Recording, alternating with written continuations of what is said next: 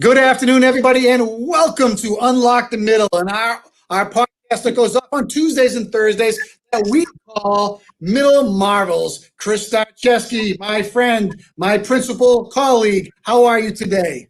I'm amazing, Dean. We just had a great day welcoming our faculty and staff back to what is the most extraordinary school year I've ever experienced, and I can't imagine any educator out there has experienced anything different on their first day this year. Unbelievable to see everyone in the building, and I'm actually fired up about this afternoon's show, Dean.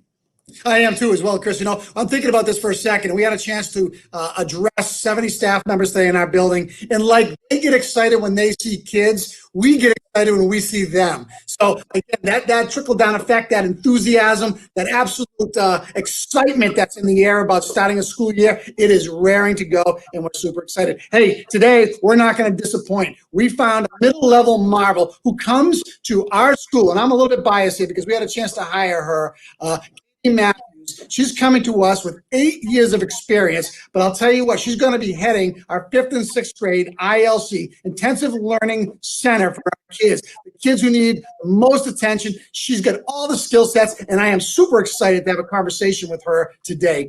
Let's bring Katie in. Let's get her in here. Oh, we did for a second and pulled her back on. Hey, Katie, how are you today? Hi, guys. How was your first day of school? I'm well, thank you. It was awesome. I was really excited to see a banner and with our pictures being taken. The music was rocking. We were ready to enter. You knew you were walking into a fun environment. I love to hear that. Katie, on this show here, what we really like to do is feature amazing educators. And I know personally, I had the opportunity to hire you and dig into your past and look what you've done. You have a strong pedigree in special education and understanding conceptually how to help students be successful. I found a diamond in the rough when we hired you. Why don't you tell me a little bit about your journey to becoming a teacher?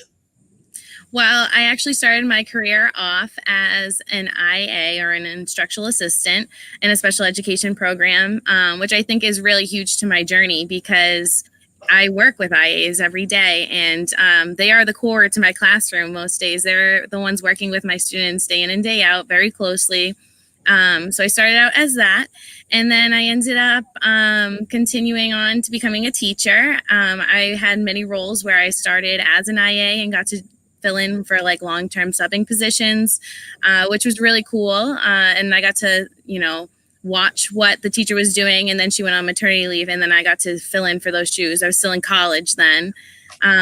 So I started off as that. And then I ended up getting a job teaching high school life skills, which is really my passion. I love working with this population, and at the root of this, I want to see what they can do and give them all the skills that they need to go out into the world and be successful as possible. So I was really excited to be in the life skills classroom. Then from there, I ventured down to kind of see what elementary school had to offer me. And I taught a little bit of middle school while I was there. It was definitely a different kind of population. This was a more involved medically group that I got to work with, which was really cool. With my degree as a severe special education teacher, I get to work with a wide variety of students with lots of different needs and abilities, and it's really cool to see them progress. And now my journey has led me to the best school in all of Central Mass, right? I didn't even pay you to say that. I am at Charlton Middle School, and I am super excited to be the teacher for the ILC program for grades 5 and 6. So wow. That's how I got here. Awesome, Katie. You said a bunch of things that really resonate with me. First off, and perhaps most important, I'll just focus on one. You said you get the pleasure of working with kids with various needs and abilities. I love how you didn't put the dis in front of the abilities, because finding out what makes these kids tick, all our kids tick, is really important. It just means they learn in a different way. They experience in a different way. Absolutely. And being able to identify that as a third year educator? She's in her 8th year overall. First year educator overall. It takes a while to get there, and you're a leader, and you are certainly a middle marvel. Talk to us a little bit about, as you enter into a new school and you take all of your experiences from where you've been, what are some of the challenges you've recently overcome to get you to the level you're at? So I've had the pleasure of working in a few different districts before coming to Charlton. And these districts varied in their social economic standings. So I got to be a teacher at a school that was a little more disadvantaged than others, lacking some as far as materials or even to go as far as their food and their home life. Where there's a lot of struggles there, and it's hard to have students come to school if they're hungry and needing a hug, but that's what we're there for too, to give them that light. And then I've also been at a school where I had all of my resources that I could possibly imagine. So I look back and I think about those days where the copy machine is broke and I can't find the book that matches what I need. And you just have to pull that teacher out of you and figure out where we go from here. And then, I think that's really important to take, the good with the bad of each school, because you do learn so much from being in those different situations, and you learn so much from working with different populations of people as well. I found that my heart was really in it with the social economic standings being less than that of my other school, and I really did enjoy working with those students that came from homes that struggled, because I was doing more than just teaching at that point. I was there with them, the teacher, a mom, so I think there's a huge benefit being in multiple districts to be able to see what it's like and how programs support the needs of kids. So I think anybody who's coming in, who's been a few places, you actually have, when you find that one school that you say, I can take off now, you're going to be able to take all the things you've learned, all the lessons you've learned at different places and put it into your own toolbox. Now, speaking of toolboxes, as you deal with some of the neediest kids that we have, okay, talk about how you embed real life lessons to help those kids learn. Well, as I had said earlier, that is my passion, teaching the life skills. So, when we're talking about math, there's easy ways to tie in money and time. A lot of kids these days don't know how to tell time on an analog clock. That's something that I strive to do with my students. All of those little things that you and I might not think of and take for granted, those are where our key life skills, life lessons come in to play. Even reading a menu, making change, all of those little things that we do on a day-to-day basis. That's where we really focus within my classroom. Even just, the social piece of life.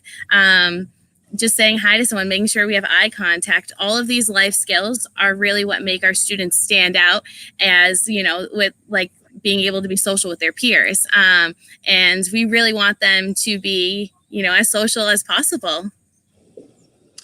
So Katie, as an educator, you're passionate about your work. You dive into the lives of these kids and you take care of yourself, I assume.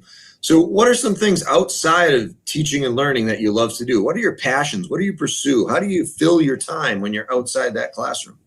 Well, I am a mom. I have 2 little kids. I have a 6-year-old and an almost 3-year-old. So that is my passion. I am a mom above anything else. They are my worlds. I miss them dearly on my first day of school, but especially being with them since March. We love Disney. We love going to the beach. Honestly, just hanging out with my family. I'm kind of boring, but that's Boring is good during these times. You're not boring at all. You're doing exactly what everybody else is doing at this time. Absolutely. Did you fall off your chair with that one, Principal Sarkis? I was just showing my Mickey Mouse in the background. Gotcha. I gotcha. Hey, Katie, there's no doubt that you've risen to the level of Middle Marvel, which is the Hall of Fame, as far as I'm concerned, for middle level students. We are starting that, recognizing that. One of these days when we get a budget, we're going to send out teachers to you Hall of Famers. That's coming. We got you on our website. But the question I have for you is, what excites you most about teaching? What makes you get up every morning saying, hey, I know today's going to be that day? What is it about you? I think it's just walking into that classroom and seeing those students. Like I said, I'm a mom, but when I come home from work, my kids know when I talk about my kids at school that those are my students. I refer to them as my kids. So when I walk into a classroom, see my kids, and just the little progress that some people might think is little, I think is huge, you know? So those little things, like whether a student is able to finally say a complete sentence for me, or, you know, finally followed their schedule completely. Those little tiny things that don't seem like much to many people, to me and in my world, those are huge. And that's what I live for. That's what I teach. I teach for my students to be included. I teach for them to be social with one another. I teach for them to be accepted. That's why I do what I do. And I'm really, you know, passionate about that, as you can see. And independent. You're teaching for them to be independent. Absolutely. As independent as possible. Absolutely. Truly special and gifted. And as you are truly special and gifted, you must have some advice for that young educator out there who's either looking to break in or looking to take their game to the next level. What thoughts do you have on guiding and mentoring that young teacher? What's the tip? Well, I say believe in yourself and your skills and just do it. You can do it. Lean on each other, lean on your colleagues, learn from everybody, learn from your IAs if you're in special education, learn from your principal, learn from everybody. Just take it all in, because we all have our different styles, and sometimes we get stuck in a rut. Even as an 8-year teacher, sometimes you get into the groove of your own and stay there. So it's important to, you know, really rely on each other and kind of take in and see what everybody else has to offer. You can learn something new every day. Brilliant. Living in the Hall of Fame right there, Katie. Listen, you are our newest member. We appreciate you. We appreciate what you do. We thank you for coming on our show today. And there's no doubt that you are going to be on that wall, recognized moving forward on our website. Keep up all the great work. And again, tomorrow's a new day to make a difference for somebody. Again, Katie Matthews from Charlton Middle School, thank you for being our 4th member of our Middle Marvels Hall of Fame. Thank you for having me. Be good, Katie. Nice job. Thank you.